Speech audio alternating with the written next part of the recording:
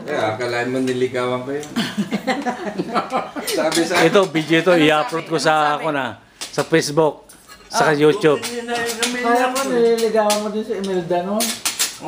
Hindi si Panda. At saka si Pan daw, si... Yung older brother ko at saka older sister niya, nagkanubya, hindi nagkatuluyan.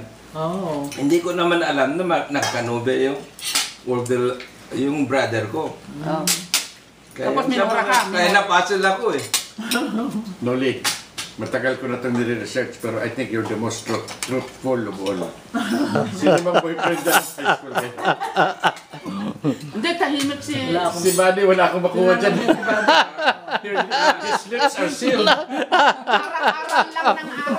Aral lang ng araw. Sabihin mo, Pe. Sabihin mo. Sabihin mo. Walang makadikit yan eh dahil very aloof. Hindi, hindi, tsaka tahimik, hindi man nakikipagdaldalan. Ayun na nga. Hindi. Ang kabarkada niya yun, yung eskwela mo ng elementary, sila Erlinda. At saka ilag na ilag kami, number 1 yan.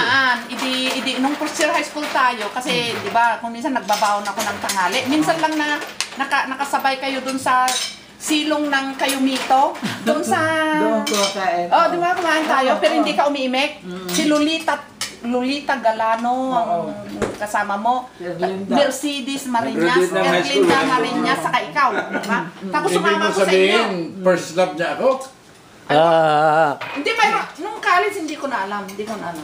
Maybe nung college siya. Paano ba kayo nag-meet? Iyon ang istorya na...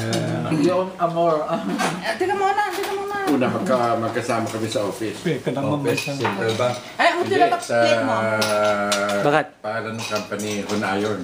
Ano mo dito? It's an American company based in Para kasama. Hawaii. Tapos, Could you pass the... hindi ko sa pinansin dahil basketball player ako nun.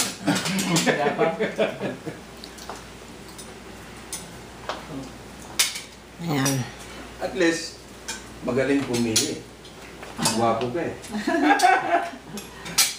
Pinagtatagpo nga ng Diyos, yung tahimik meron ka na- nakakabit ng maingay. Kasi nga, pinipilit niya akong tanungin yung boyfriend ko nung high school. Tinanong niya si Buddy. Walang masabi.